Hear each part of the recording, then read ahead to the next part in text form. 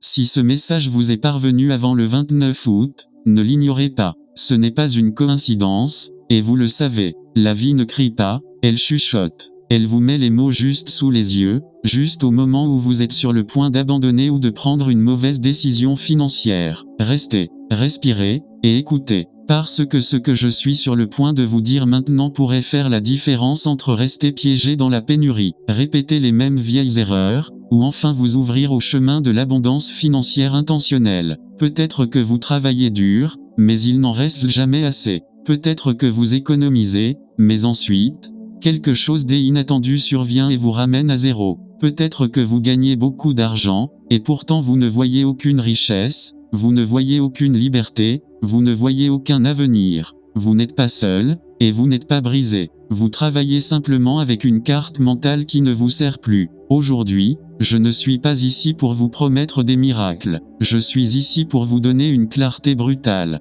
Dans les prochaines minutes, je vais vous montrer un miroir, puis une clé. Tout d'abord, vous identifierez les habitudes financières qui vous épuisent silencieusement, et pourquoi. Ensuite, vous les remplacerez par des décisions simples et mesurables qui commencent aujourd'hui, pas quand l'économie s'améliorera, pas lundi, pas après avoir été payé. Si cette vidéo vous a trouvé avant le 29, considérez-la comme un obstacle. Désormais, chaque euro que vous toucherez aura un destin, et ce destin ne sera pas de disparaître. Cela va se multiplier. Ne changez pas la vidéo. Ne vous laissez pas distraire. Ne vous dites pas je le sais déjà, car si vous le saviez vraiment, vos chiffres le montreraient. Restez jusqu'à la fin. Vous allez élaborer un plan de 48 heures pour vous ressaisir, commencez à investir même si ce n'est qu'un petit montant, et arrêtez de financer la vie des autres, et commencez à financer la vôtre. C'est le moment. Non pas parce que je le dis, mais parce que quelque chose en vous le reconnaît. Si c'est arrivé avant le 29 août, c'est pour vous,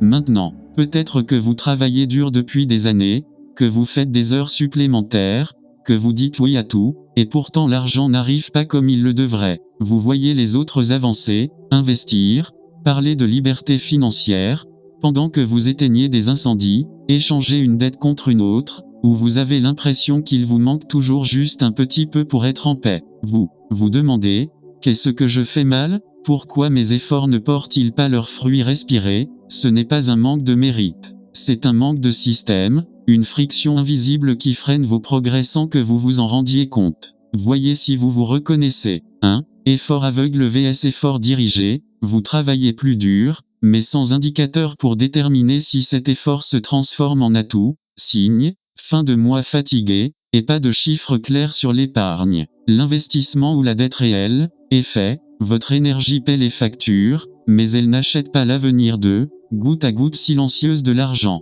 Des abonnements qui ne sont presque pas personnalisés, des frais bancaires, des commissions, des mises à niveau impulsives. Signe, vous ne vous souvenez pas quand vous avez autorisé quelque chose, mais c'est débité tous les mois. Effet, 5 à 5% de vos revenus disparaissent, avant que vous puissiez vous décider. 3. Inflation du mode de vie. Chaque petite augmentation de revenus se transforme en dépense parce que je le mérite. Signe, vous améliorez votre téléphone portable, vos sorties au restaurant, vos voyages, mais votre taux d'épargne n'augmente pas. Effet, votre salaire augmente, votre liberté non. 4. Dette élastique. Vous payez le minimum sur la carte, vous renégociez, vous avancez. Signe, sentiment de plénitude, mais l'équilibre ne baisse pratiquement pas. Effet, l'intérêt ronge vos progrès plus vite que vous ne travaillez. 5. Comparaison qui sabote. Vous voyez l'exception comme si c'était la règle, et vous vous punissez de ne pas y être arrivé aussi vite. Signe, vous sautez d'une stratégie à l'autre, à la recherche de raccourcis. Effet, vous perdez la consistance du composé, qui est la seule chose qui paie toujours. 6. Écart de cohérence, 20 jours concentrés, 10 jours off. Signe, vous commencez des budgets, des défis, des feuilles de calcul, et vous les abandonnez quand les choses se compliquent. Effet, les intérêts composés ne fonctionnent jamais, parce que vous les réinitialisez chaque mois. 7. Sans carte à 4 verbes, gagner, économiser, grandissez, protéger. Signe, toute votre attention est portée sur la victoire. Effet, ce qui entre, sort, ce qui reste, ne se multiplie pas, ce qui pousse, n'est pas protégé. Maintenant, une vérité inconfortable, mais libératrice, votre effort n'est pas mauvais, il est mal réparti. Vous travaillez comme si tout dépendait de plus d'heures, alors que votre liberté dépend de moins de fuites, de plus d'intention et d'un système qui ne tombe pas en panne lorsque vous échouez. Pour ancrer cette douleur dans quelque chose de concret, vérifiez si ces phrases vous ont orienté. Quand je gagnerai plus, j'économiserai, et ce plus n'arrive jamais. Point. Je paie avec la carte et on se voit plus tard, et puis il facture des intérêts. Point. J'investirai quand j'aurai tout compris. Virgule et la peur utilise la perfection pour vous retenir. Point. Je suis fatigué, je mérite une récompense, et la récompense devient une habitude. Tu n'es pas brisé, tu es en désordre. Et le désordre financier coûte cher, il rapporte de l'argent, de la paix, du temps. Identifier la douleur représente 50% de la guérison. Dans les sections suivantes, vous transformerez ces frictions en un script opérationnel. Des chiffres simples, de petites décisions, des automatisations qui vous soulagent du poids mental, et un plan de 48 heures pour enfin faire voir votre travail sur votre compte, et dans votre avenir. Et voici la vérité la plus puissante, votre passé ne dicte pas votre avenir. Les dettes que vous avez contractées, les mauvaises décisions que vous avez prises, les entreprises qui ont fait faillite, rien de tout cela ne définit ce que vous pouvez construire à partir de maintenant. Le 29 août n'est pas seulement une date sur le calendrier. Le 29 août pourrait être votre point de rupture. Le jour où vous décidez que votre relation avec l'argent ne sera plus celle d'une victime, mais celle d'un protagoniste. Que vous arrêtiez de réagir, et que vous commenciez à créer. Parce que l'argent n'atteint pas les gens désespérés qui le recherchent. L'argent vient à ceux qui savent attendre, semer, organiser et agir avec détermination. Alors écoutez-moi bien, ce n'est pas un simple rappel, c'est un appel à éveiller votre pouvoir financier, pour ordonner vos priorités. Levez la main et dire, je suis prêt à gérer davantage, je suis prêt à multiplier ce qui m'arrive. Et lorsque vous adoptez cette attitude, lorsque vous devenez quelqu'un qui traite chaque dollar comme une graine, l'abondance ne peut plus vous ignorer. Tôt ou tard, l'argent afflue vers vous. Écoutez-moi attentivement, ce n'est pas un manque d'intelligence. Ce n'est pas que vous êtes né au mauvais endroit. Ce n'est pas que les autres ont eu de la chance et pas moi. Le véritable obstacle, c'est votre état d'esprit financier. Votre relation avec l'argent détermine chaque opportunité que vous attirez ou rejetez, chaque entreprise qui prospère ou s'effondre,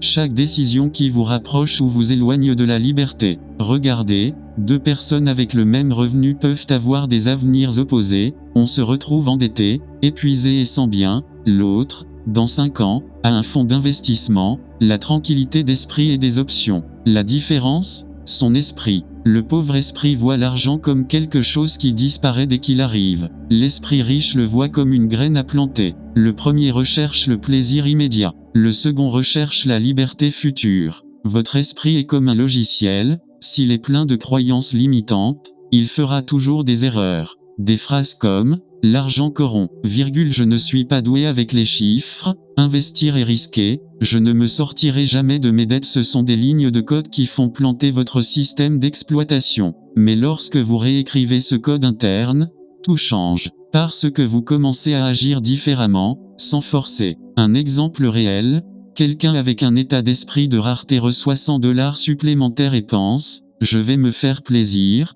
car il n'y en a jamais assez, et ça disparaît. Quelqu'un avec un état d'esprit d'abondance reçoit les mêmes 100 $ et pense « comment puis-je transformer cela en 110 » et le multiplie. L'argent ne fait aucune différence. La mentalité oui. Et je veux que vous vous demandiez maintenant, vos décisions financières quotidiennes reflètent-elles la peur, ou la confiance? Utilisez-vous l'argent comme un outil, ou le laissez-vous vous utiliser? Vos pensées à propos de l'argent sont-elles une question d'opportunité, ou de manque? Parce que la vérité est la suivante, votre compte bancaire n'est qu'un miroir de votre esprit. Changez votre état d'esprit, et tôt ou tard, votre situation financière suivra. Pensez à Georges, un homme ordinaire en France. Il n'est pas né avec une cuillère en argent dans la bouche et n'a pas eu d'investisseur derrière lui. Il travaillait de longues heures dans un bureau, gagnant juste assez pour payer le loyer, le transport et la nourriture. Depuis qu'il était enfant, il entendait la même phrase à la maison, « l'argent est toujours rare.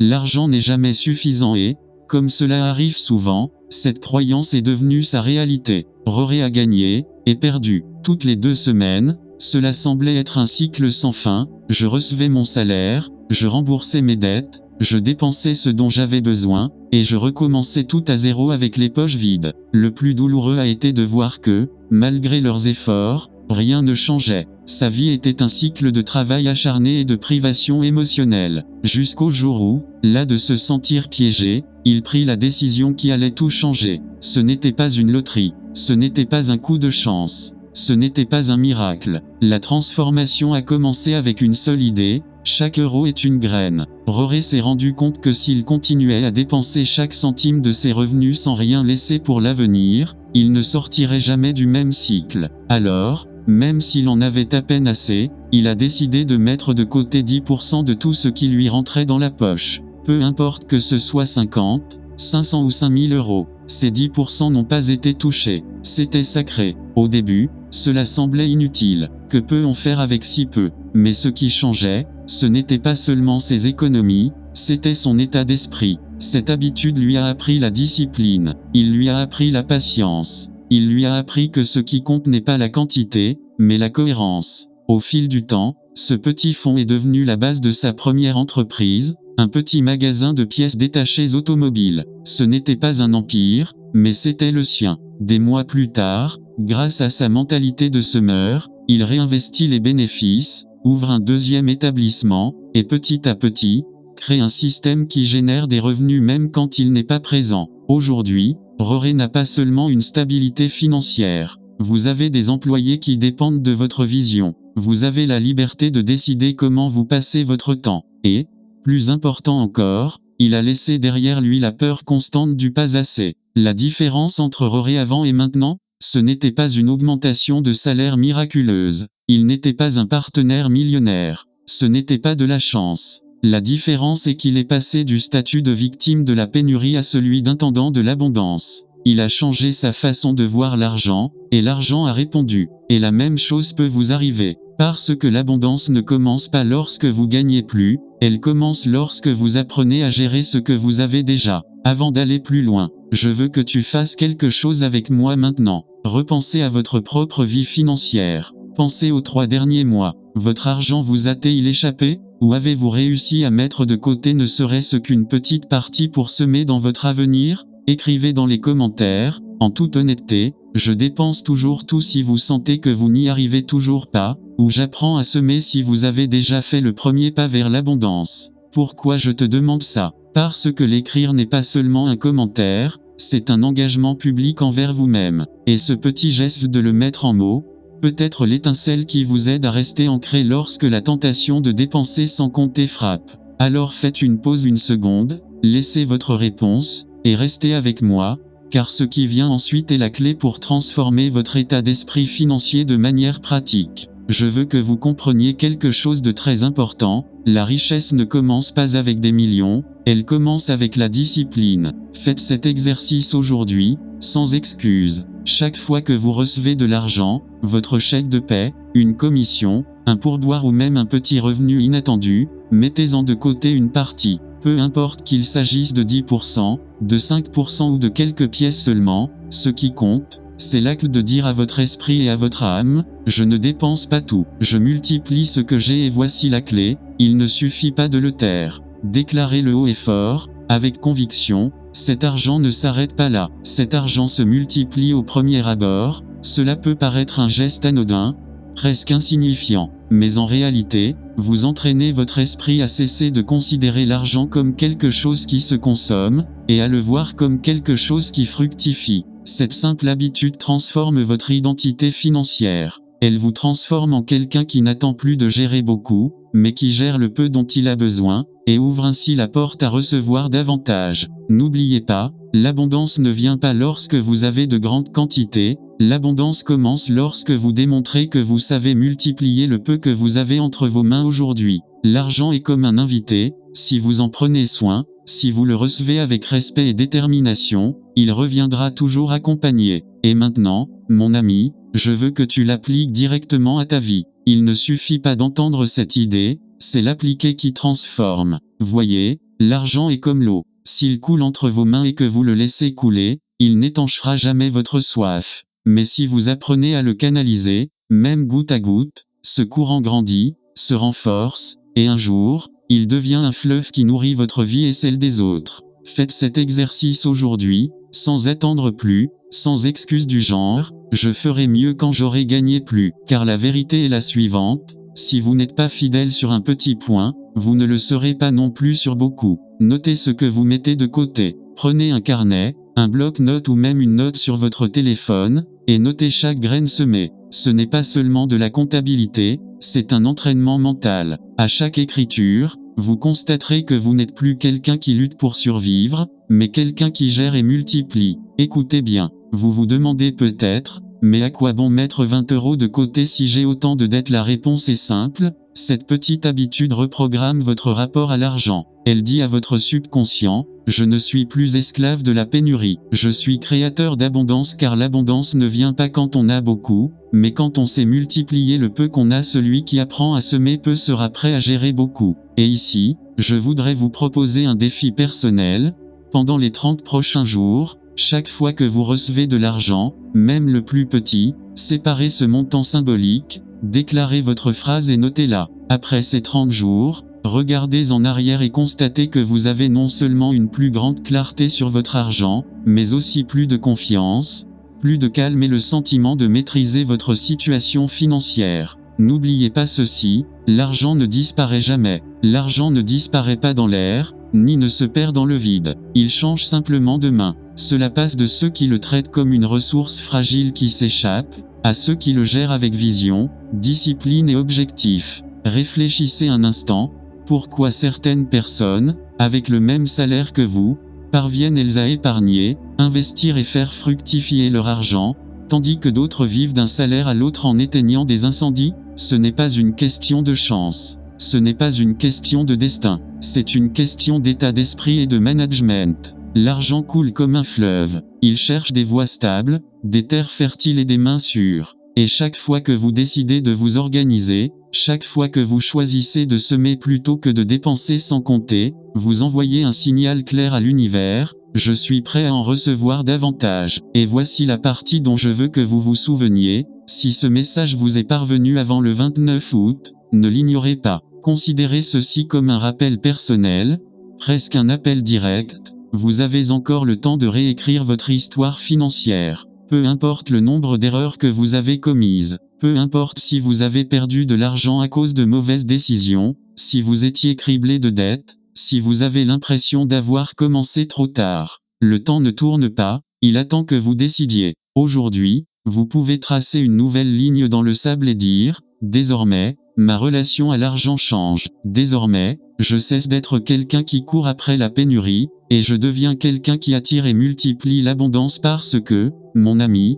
l'argent ne vient pas à ceux qui le courent après désespérément. Il vient à ceux qui l'attirent avec calme, clarté et détermination. Et toi, tu as encore le temps d'être cette personne. Faites de ce moment un tournant. Que le 29 août ne soit pas seulement une date sur votre calendrier, mais un rappel du jour où vous avez décidé de prendre votre avenir financier au sérieux. Mon ami, écoute avec ton cœur ce que je vais te dire maintenant. Votre réussite financière ne dépend pas de la chance, ni d'un coup du sort. Cela dépend d'une chose, l'ordre dans lequel vous établissez vos priorités et la décision que vous prenez aujourd'hui. Si ce message vous est parvenu avant le 29 août, considérez-le comme un signe clair. L'univers, Dieu, la vie, quel que soit le nom que vous voulez lui donner, vous montre qu'il est encore temps. Il est temps de changer votre relation avec l'argent. Il est temps de prendre le contrôle de vos finances. Il est temps d'arrêter de courir après l'abondance, et de commencer à l'attirer avec calme, vision et discipline. Maintenant, faites-moi une faveur, ne laissez pas ces mots rester comme une simple vidéo sur votre liste. Agissez. Décidez qu'aujourd'hui sera le jour où vous marquerez un avant et un après dans votre histoire financière. Et comment tu fais? Commencez petit, passez 10 minutes demain à vider votre esprit avant toute tâche, mettez de côté la première partie de chaque revenu pour un objectif plus grand. Écrivez cette phrase dans les commentaires, qui sera votre engagement public. Je suis prêt pour l'abondance. Faites-le maintenant, car lorsque vous déclarez quelque chose à voix haute et le partagez avec les autres, votre décision devient plus forte. Et si cette vérité a touché votre cœur, ne la gardez pas pour vous. S'il vous plaît, aimez cette vidéo pour que plus de personnes puissent la trouver. Abonnez-vous à la chaîne, car nous continuerons à vous fournir des guides clairs, pratiques et perspicaces pour transformer votre relation avec l'argent, et partager cet enseignement avec quelqu'un qui en a besoin, car on ne sait jamais qui vous pourriez aider à se réveiller au bon moment. N'oubliez pas, le 29 août peut être juste une autre date, où il peut devenir le début de votre liberté financière. Le choix est entre vos mains. Mon ami, à bientôt dans la prochaine vidéo, pour que tu ne vives plus jamais dans la pénurie, mais dans une croissance constante.